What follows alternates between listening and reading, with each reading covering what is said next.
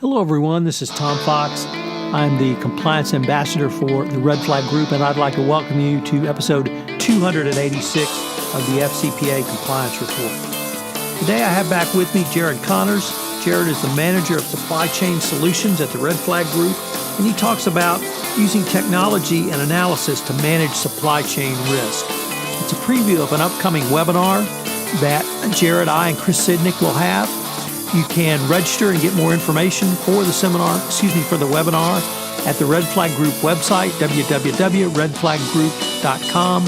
Webinars. The webinar will occur on Thursday, October 20 at 10 a.m. Central Time, 8 a.m. Pacific Time. I hope you can join us for this webinar where we conclude our three-part series on taking a risk-based approach to your supply chain management. This is Tom Fox. I'd like to thank you very much for listening to this episode. Hello, everyone. This is Tom Fox. I'm the Compliance Ambassador for the Red Flag Group. I'm back with my colleague and good friend, Jared Connors. Jared is the Manager of Supply Chain Solutions at Red Flag Group, and we wanted to visit with you today about an upcoming webinar by the Red Flag Group entitled Using Technology and Analysis to Manage Supply Chain Risk Management. That's a mouthful. Jared, welcome. Thank you, Tom. Appreciate it.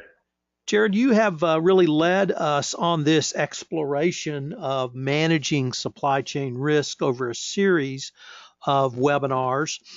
This is the third one, but I was wondering if you might be able to give us a recap and give us sort of the keys in your mind to creating a manageable approach to supply chain risk. Yeah, absolutely. So we've talked a lot about this over the webinar series, and no matter what you're doing, if we're talking about technology like we are today or a manual process, it's really important that we make sure we go through the four-step process. And first, that starts with identify, and that's really about identifying what risks can be hitting you from your supply chain and how they might impact your firm. And then we go into step two, which is collect. That means that we're going out and we're saying, now that we've identified what risks we could be faced with, let's collect information on and from our suppliers to really understand what our suppliers' individual stances are to these risk areas. And then we go over to the other side, which is the evaluate and mitigate. So starting with step three, evaluate, basically what we're trying to do here is we're trying to understand after we've identified those risks and then collected information on those and learn what our suppliers' stances are to these risks. In a lot of cases, their cultural stance to what they're doing for a particular risk area, such as employee rights or environmental issues. Now we're going to try to evaluate what that means to our business. And of course, if we find these risks, number four says that we're going to help to mitigate those risks. And a lot of times that's corrective action with our suppliers and education. So it's kind of the recap on the series that we've talked about, and throughout each one of the webinars, we try to focus on these four steps, the keys to creating a manageable approach to supply chain risk management.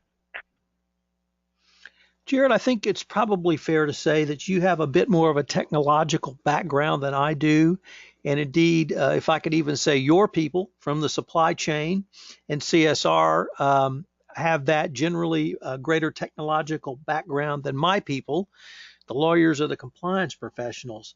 But with that, I would wondering if you might be able to help certainly the compliance officer or lawyers who are listening to this understand what are some of the benefits of a quality technology platform in your mind from your perspective as a supply chain professional.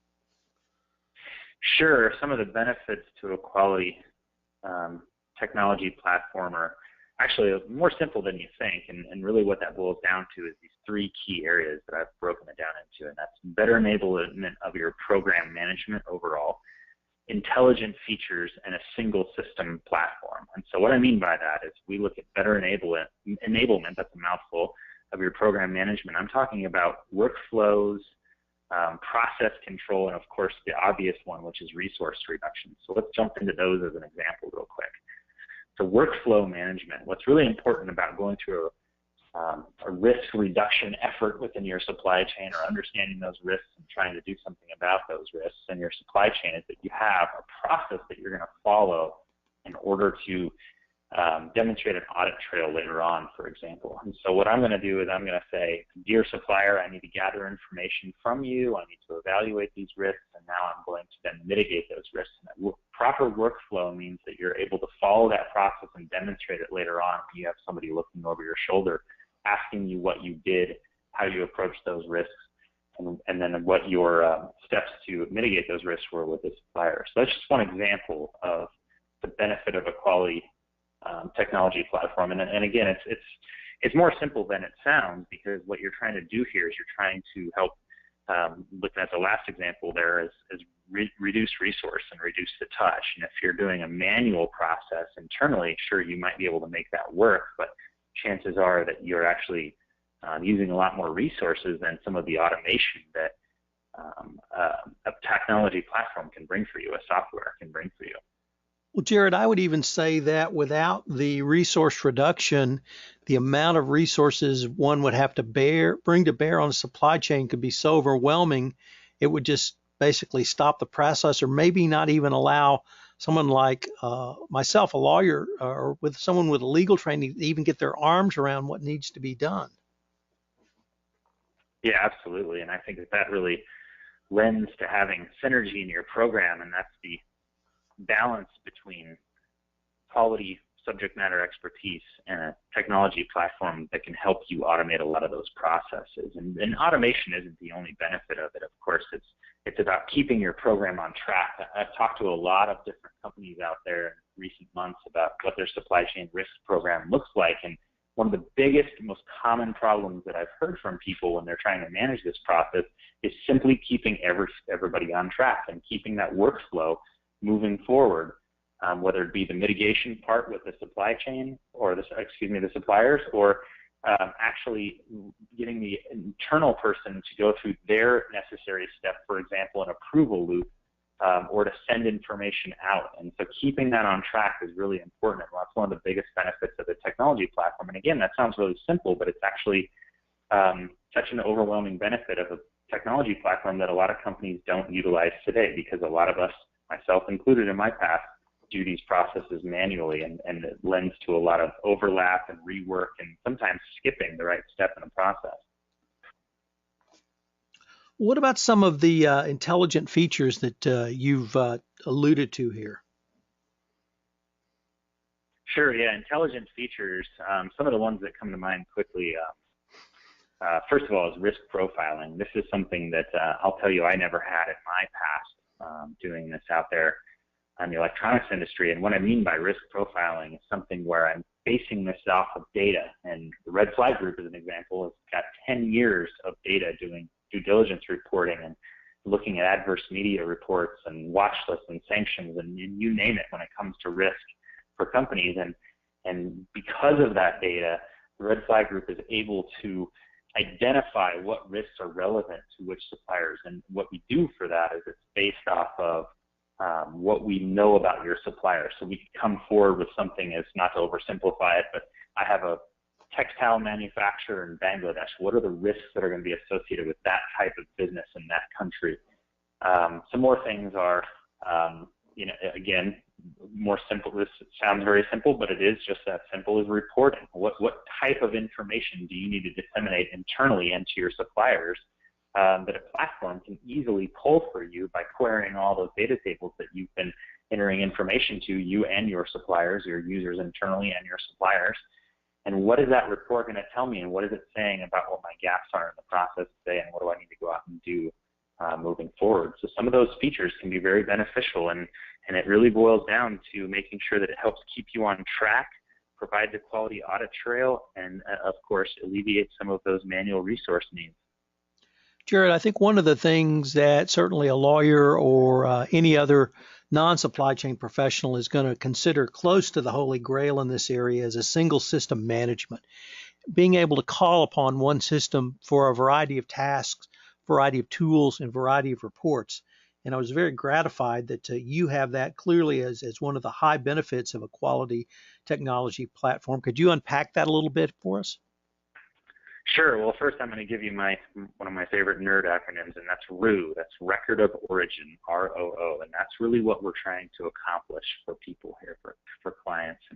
And that's what having that technology platform to help you manage this program really enables, that single system, that single source for you to go and gather information, everything from making sure that we have all of your data in one place so that you can demonstrate what you collected from suppliers and how you evaluated those suppliers, what standards you held them to, but also, like I've alluded to already during this podcast, and that's the approval process and making sure that we keep users on track, whether it's the internal user within your organization or the supplier, keeping that process timely and up to date, and then also accountability throughout this process so that we actually can demonstrate at the end of a campaign period, say if we're going out and evaluating risk each year with our suppliers, and we look back and we say, here's what we set out to do, and here's what we actually accomplished, and here's the gap and what our expectations are to improve this process next year to get even better in mitigating risk or reducing those issues with our suppliers.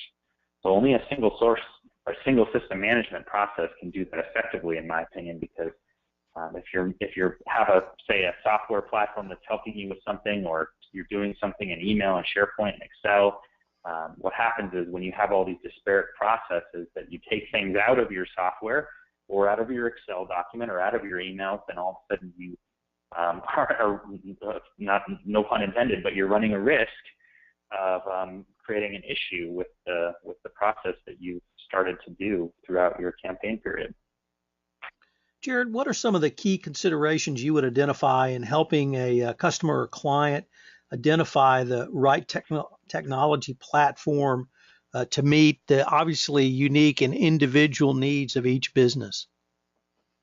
Well, sure. I thought it was important that we talk about this from a provider's perspective, because we're almost welcoming, well, we are, it's not almost, we are welcoming the spotlight on ourselves as well. And the reason why is because we want those companies that we serve throughout this process to make sure that they're asking the right questions and they're looking at us and any other provider out there that's that they're making sure that they're getting the right solution to meet their needs. And some of the simple ones on that is, one is the system comprehensive enough to manage all your needs. And what I mean by that is, sometimes when I talk to people about supply chain risk, and I say, what are you doing about supply chain risk? And they'll give me just one example of what they're doing to go out and collect data from their suppliers and evaluate that data and give them feedback. And I say, well, what about the rest of your code of conduct? So my point there is that do you have a risk management system, a software technology platform that can help you cover all of the expectations that you've set for your suppliers in your code of conduct? And then another good example that I think of is, am I gaining a resource with this technology platform? And what I mean by that is, am I actually gaining a partner through this process, something that can actually help do some of the steps in this process, or am I actually going to have something that I have to then manage as well? And so a good example of that might be that if you have, say, that risk profile that I talked about earlier that says this guy is a textile manufacturer in Bangladesh, and therefore there's certain types of risks that are associated with them, is your technology smart enough? Does it have enough in it to then help you or recommend workflows or mitigation activities that you can do to minimize that risk or better understand those individual suppliers that you're working with in their businesses? So, Jared, if I could now turn to what are some of the challenges to success that you have seen, and maybe from a higher level, but certainly in assessing ability to implement such a program? Sure. I'm going to give you one example here, and I'm going to give you a little story behind this. And my example is, are you data ready? Not is your data ready, but are you data ready? And what I mean by that is, and starting my story on this, is I've worked with companies out there in an association for many years in the electronics industry. And we used to have this session where we'd kind of come in and we say, gosh, my vendor, my software provider is falling short because they're not providing me this, that, or the other. And a lot of times what it boiled down to, and some of these gripes when we'd sit through these kind of therapy sessions with each other, is we realized that we were the problem as the clients of these software vendors. And what I mean by that is, we didn't get our information ready to be properly utilized in that system. So there's a lot of opportunity for you to input data into these systems, and if you're not fully taking advantage of those, and you're, say, inputting the minimum required fields to go off and start, say, a questionnaire or a policy and procedure review with the supplier, maybe you're not actually doing your process justice. And one thing that I would challenge companies to understand first is, who are those active suppliers that you're using at the time? Because what happens is a lot of people will do this data dump out of their ERP systems, and they'll say, well, I have 22,000 suppliers in my ERP system, and I'm going to try and cram all 22,000 through this process this year to do a risk review campaign on my suppliers. And if you really were to be data ready, you'd understand which of those 22,000 suppliers you're actively utilizing today, because chances are you may or may not be utilizing all 22,000 suppliers. So that's one of the things that I say I want to challenge companies that are starting to do this process, is to say, am I data ready today? Do I have all the information? Do I have all the facts on these suppliers within my internal systems, whether it be, am I utilizing the supplier today? What's the size of that contract? What's the value of this relationship to me? Am I sharing IP with this supplier? All of these things that can have an impact on your risk-based management approach. Jared, I think one of the things we both agree on, that identifying the value of subject matter expertise and a risk-based analysis is really, in my mind, the critical component, but it's certainly a critical component. So how would you help a customer or a client or a company think through a knowledge-based assessment with such a technology tool? Sure, that's a good one. I think a lot of times is when we go out and we engage software providers, especially in this space, whether it be ESG, environmental social governance, or responsible sourcing, or CSR, whatever acronym you use internally to your company, a lot of times we focus on the feature set of that software, and what we miss a lot of times is what also, in terms of subject matter expertise, can that software provider lend to us. Now, not every software provider is a consulting service at the same time, and that's okay. What I'm saying is, how well are we going to stay up on those issues that are happening in the supply chain, and how best to mitigate those issues, and how much of that information can I put into a technology platform? Because in my opinion, you can't have one without the other. You can't simply have a technology platform unless it has some intelligence in it. And a lot of times that some people say to me, they say, oh, you're advocating manual process within your risk review platform. And I say, yes, in some cases I really am, because a tool can only do so much. What we have to have is we have to have some intelligence, whether that's internal expertise within your individual company, or whether that's a partnership that you're going to go out and get with your direct provider, or a separate software a separate consulting firm that's going to help you manage this process and effectively go through the mitigation. Because the worst thing you can do is set unruly expectations on your suppliers when trying to mitigate risk. And sometimes if we just try to stay black or white with, oh, well, you can't pollute this river, well, of course you should not be polluting this river, but sometimes it takes a little bit of a process to go out and make those changes. We can't go out and put somebody out of business overnight, right? Rome wasn't built in a day, is what I'm trying to say. And so I think that subject matter expertise throughout your platform or embedded in your process is absolutely vital to being successful in mitigating and reducing that risk in your supply chain. Jared, unfortunately, we're near the end of our time, but I wanted to thank you for not only today's podcast, but this series and the webinars, because I've certainly learned a lot. But I think you and I are both excited because we have an upcoming webinar series that's really going to focus on how the right technology platform and subject matter expertise can optimize your supply chain management program. And I was wondering if you might be able to give us a preview of this upcoming series.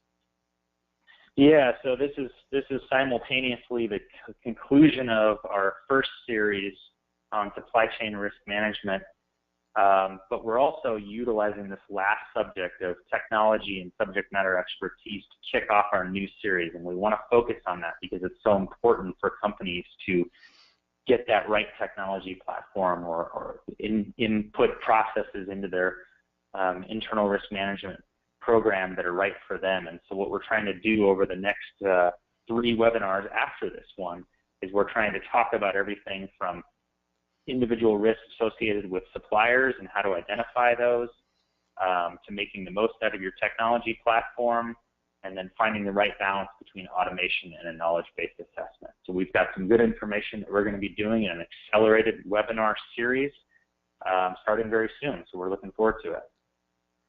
Jared, I was wondering if anyone had any questions that they wanted to address directly to you, if they could contact you via email, and if so, how would they do it? Sure. So you can contact me via email. You can get the information email directly off the Red Flag Group website at redflaggroup.com, or you can email me directly at Jared, Jared.Connors, Connors, at redflaggroup.com. Jared, we're going to link to the registration information on the podcast, which will be this Thursday at 10 a.m. Central Time. So I hope that our listeners to this podcast will tune in for a much more detailed webinar this Thursday, and I'd like to thank you very much. Thank you, Tom. Look forward to this Thursday.